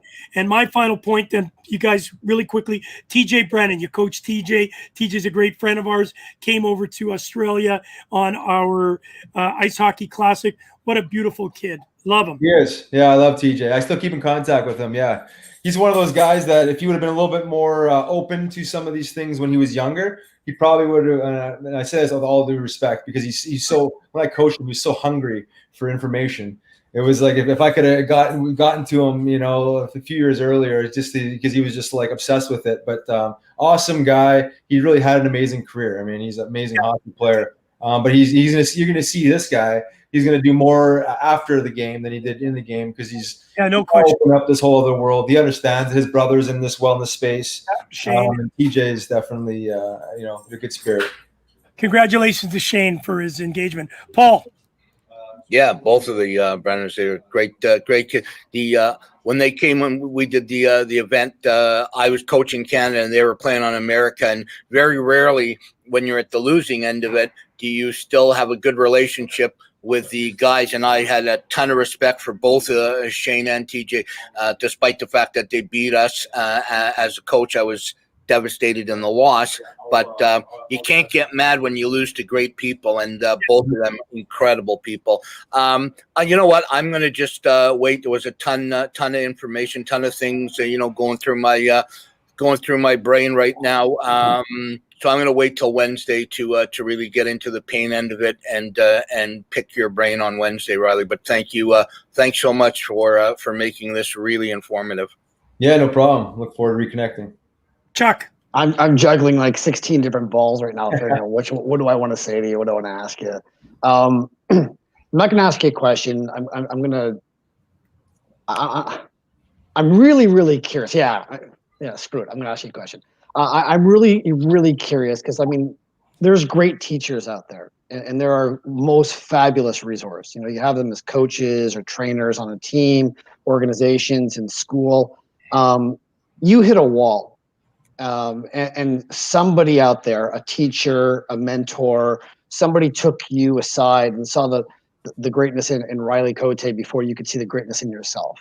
And I wanted to ask you, number one, who was that person for you? And number two, how have you been able to replicate that through that giving back kindness, so that way you can heal people through your healing process, which is the cathartic, science behind it as well? Yeah, that's a really good question, and the answer is there was not one specific person. There's been several people, and it goes back to this thing I like to use is like your vibe attracts your tribe. And when you're kind of, when you're on this path, certain people kind of come into your life. So when you start visiting yoga ashrams, all of a sudden you're around more conscious people, versus posting up at the bar. You attract you attract I'm not saying that way, but I mean, but a certain type of person that you would meet at the bar versus meeting the yoga ashram. Absolutely, yeah. So there's been several people in that world that I've come across that are just like like a student of life. You're learning from everybody all the time, whether they're a guru or not, or if they're a yogi or not. I look at one of the most influential people in my hockey career was John Stevens, and I just look at the way he was, how he taught, and he was just a very good communicator. So I've kind of plucked things from all my mentors, with or without in the moment identifying them as that. Such a professional guy, good communicator. So then I kind of took that piece of it into now when I've kind of learned about the science of whether it's cannabis or other plant medicines, and just trying to bring that element of professionalism and communicate it in a proper way. So how have you become the culmination of all those mentors in your life? If you don't have one teacher, how have you been the culmination of all those moving forward, trying to help heal? How am I using them together? Yeah, how have you become the culmination of all those mentors, whether they be shamans or healers or spiritual guides coming into your life, now that you've been able to take that and be the culmination of all of it and now be Riley Cote, transformed human being healing? Yeah, it's just that. It's just piecing these philosophies together, and a lot of them are overlapping, right? It's just hearing them from a different perspective, right? And a lot of them are the exact same teachings. They're just, they're taught in a different way. It's and I just try and simplify it as easy as I can. And it's like us as a living organism. We're no different than any other animal. They're conscious beings too. We're just in a different type of level of consciousness, but we are living organisms, and living organisms need simple fundamentals to survive, right? Our human body is just trying to live.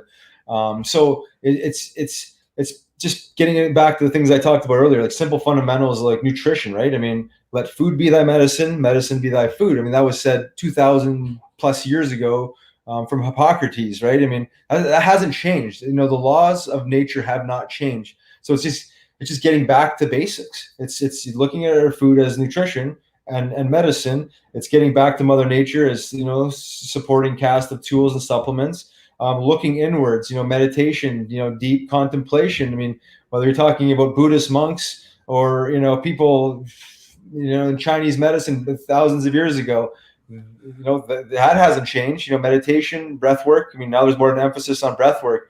Whether you're the common man or elite athlete, I mean, breath work could be an amazing tool to increase, both of those things. So I've just been able to learn all these things. We're trained under a couple of different shamans, and amazing insights and a lot of similarities between shamanism and the yogic philosophy.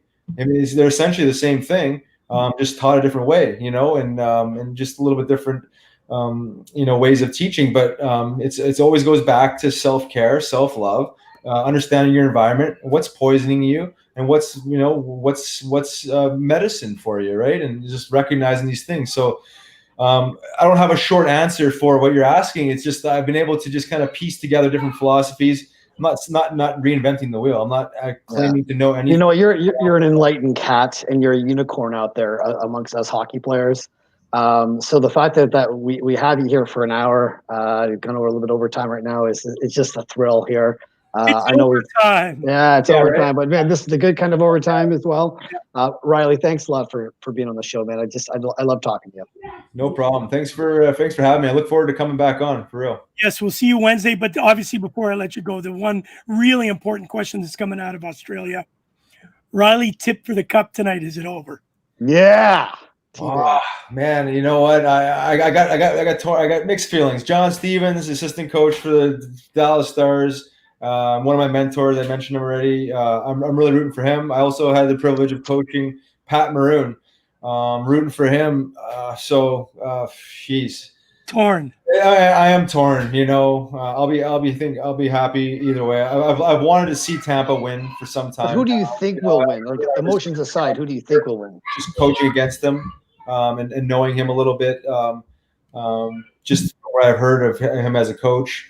But emotions aside, Riles, aside, who do you think win? Emotions aside, who do you think wins tonight on a hockey basis? Yeah, Stamp more out. Yeah, I think Stars are going to find a way to pull out tonight. Ooh, look at the optimism on you. Okay. Yeah. In 7, Paul's got Dallas in 7. Hi, sweetheart. We lost. Hi. Paul's got Dallas in 7. I've got Tampa in 7. Love the camera. So it's going to be fun, eh, Paul? I still like Dallas in 7. And talked about Maroon. He won a Stanley Cup last year with St. Louis to win back-to-back with and Tampa would be pretty cool. Those are adorable kids you got there, Riles. This is Kaya and this is Kinsley. Adorable kids. Say hi. All right, Riles. Sorry we took so much time. No, all good. I look forward to Wednesday, and it's going to be all about pain. Hello. It's going to be all about the power. And I think you should take a peek if you can I don't know if you've seen it, but take a peek at it. Chuck, have you seen it? Seen what? The TSN original with. I have not. Let's all watch it for Wednesday's show. Yes. Okay. All right, guys. Awesome. Appreciate it, guys. Thanks, Riles. Bye, guys. Bye, girl. Good to see you again. You can say bye. Bye. Say bye-bye. Bye. Wow, that guy's got his stuff together, man. I'll tell His you. brain is just rewired, man. Like I would have liked to have been his psychologist before and after 2010. Because honestly, if you, I know you guys are laughing, but I'm telling you, this is a real thing. Like we've all had concussions, man. Like the three of us, probably a couple dozen concussions between the three of us. Yeah. I know, Gouche, when I met you in 2012, I had just sustained my second concussion within a concussion the week before, and that was a mess for 18 months. And I tell you, like the rewiring of the brain, when you get onto a holistic side, the brain wants to naturally heal. It wants to survive, and I think Riley has done a great job of re-educating himself, rewiring himself, refocusing, and then actually healing the spirit and soul side, which then heals the human side. Well, I look forward to Wednesday. I think it's going to be very action-packed. It's Oh, you look deep there. stuff. There's no question. I want to be the psychologist for Graton. I think That's a full-time job. That's a full-time job. Paul, you look deep there. What's going on in your head? No, there's like 20 people walking through now. Like I've got, you haven't been to the rink the way it is, so I've got the lobby right in front of us, and with the doors there. By and looking in, and somebody's asking me a question, and trying to concentrate with you guys, and my it's hard to talk because I have no teeth, so Yeah. it's kind What of. do you think of Riley, though? I mean, obviously he's a different cat. Obviously, different theories and You know what? A Cheers. couple of weeks ago, I had a talk with him and Rob Pritt. The three of us talked for almost an hour and a half. He definitely got an outlook on life that's pretty cool. Hey, listen, as we leave here, don't forget it's 1972. Gouche, I sent you those pictures. Did you not put them up today? Oh, yeah, I put them up. The Henderson pictures? Yeah, I put them up already. Oh, on the show? No. I must have seen that one. Glad you're putting yours on, Gooch. I just put mine on. I don't have one of those. One of these things is not like the other song right now. One of these things is not. Ronnie Ellis. Yeah. So I got these from the 25th anniversary. You look. Is that the game that Gallagher was a goalie for? And like they had that. That was. Yeah. Who's that idiot goalie that wouldn't come out of the net for that game at Maple Leaf Gardens? The Juice guy. Oh, jeez. Frank D'Angelo. Yeah. Was that game? No.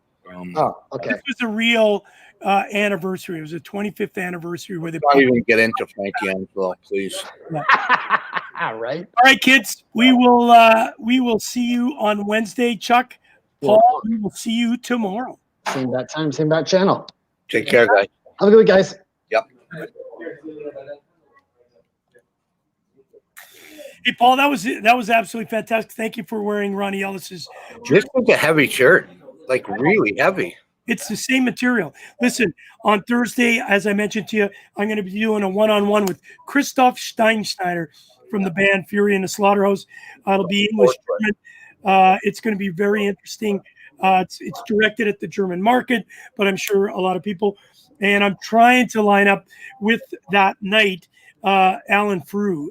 Alan was part of that whole German thing with our friend Christoph Steinschneider. So I'm trying to line up that, and I know you're working on having a one-on-one Thursday afternoon. Pretty excited. I'm working on trying to get Brady Levo to do a one-on-one with me, just the two of us on Thursday. That'd be fantastic. Really look forward to that. All right, buddy. We'll see you tomorrow. In a few minutes, I'm coming downstairs. Yeah, absolutely. You've been watching Gouche Live right here at Paramount Ice, and of course brought to you by the good people at the Hockey News and Sports Illustrated. And Paramount Sports Management, where every day is a great day. You got it. It's Mental Health Monday. Let's play some hockey.